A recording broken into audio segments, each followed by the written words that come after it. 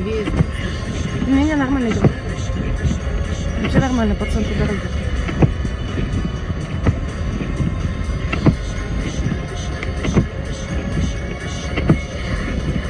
Вон вешки стоят, видишь, между ними идет.